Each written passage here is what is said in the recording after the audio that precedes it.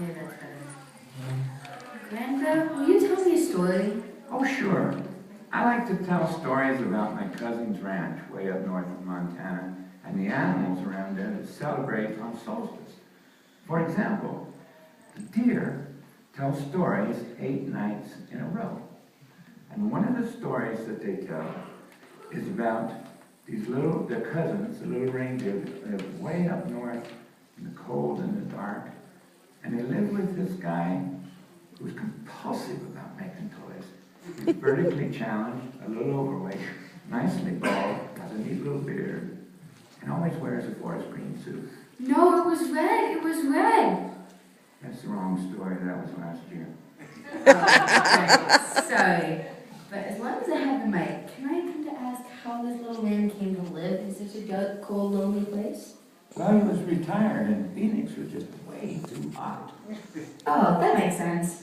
But I hope he didn't live alone. No, he lived with his very understanding wife, 8 of those little reindeer, and Smells. I can understand the wife and the reindeer, but elves? They were kicked out of Norway for being too rowdy, and they needed work.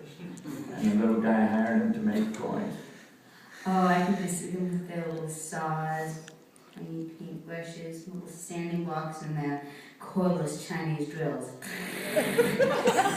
Always stacking up all over. Oh, it was a real problem. There's toys just all over the place, every corner in the way of everything. It was good to be a terror.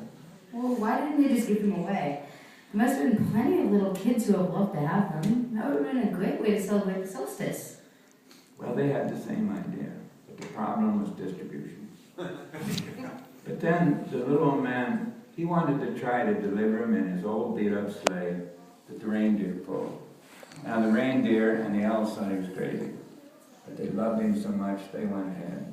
They put a bunch of toys in gunny sacks, and then they hooked up the reindeer, and then he climbed up into the sleigh, and he yelled, "On Rupert, on Bubba, on Leroy and Clyde." No, they're supposed to be girl reindeer. Everyone knows they have antlers in the story. Guy reindeer lose their antlers in early winter, but girl reindeer are tougher. They keep theirs until spring. Didn't you ever learn that in school? No, we didn't learn that stuff in my day. But you're right. Okay. On Vera, on Patsy, on Lila and Lou, on Linda, on Mabel, on Susie and Sue. And off they went. They were going down the path and pulling as hard as they could and going faster and faster and just trying so hard. And all of a sudden, the northern lights came out like you never saw before. Curtains of color waving in the air. There was magic in the air. They could feel the tingle in their bones. They started going faster and faster, and pretty soon the lead reindeer lifted off the ground. And then the others, they were airborne. What a sight.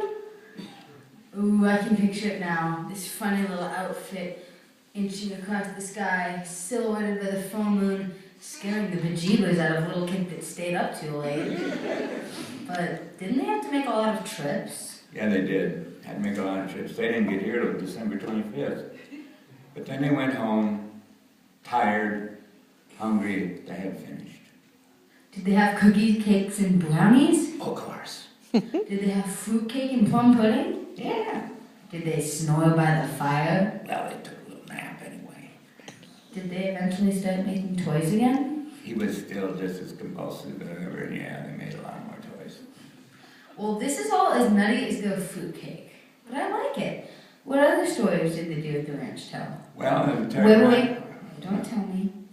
Those stories are for another First Friday. Am I right? Yeah, you're right. Yay!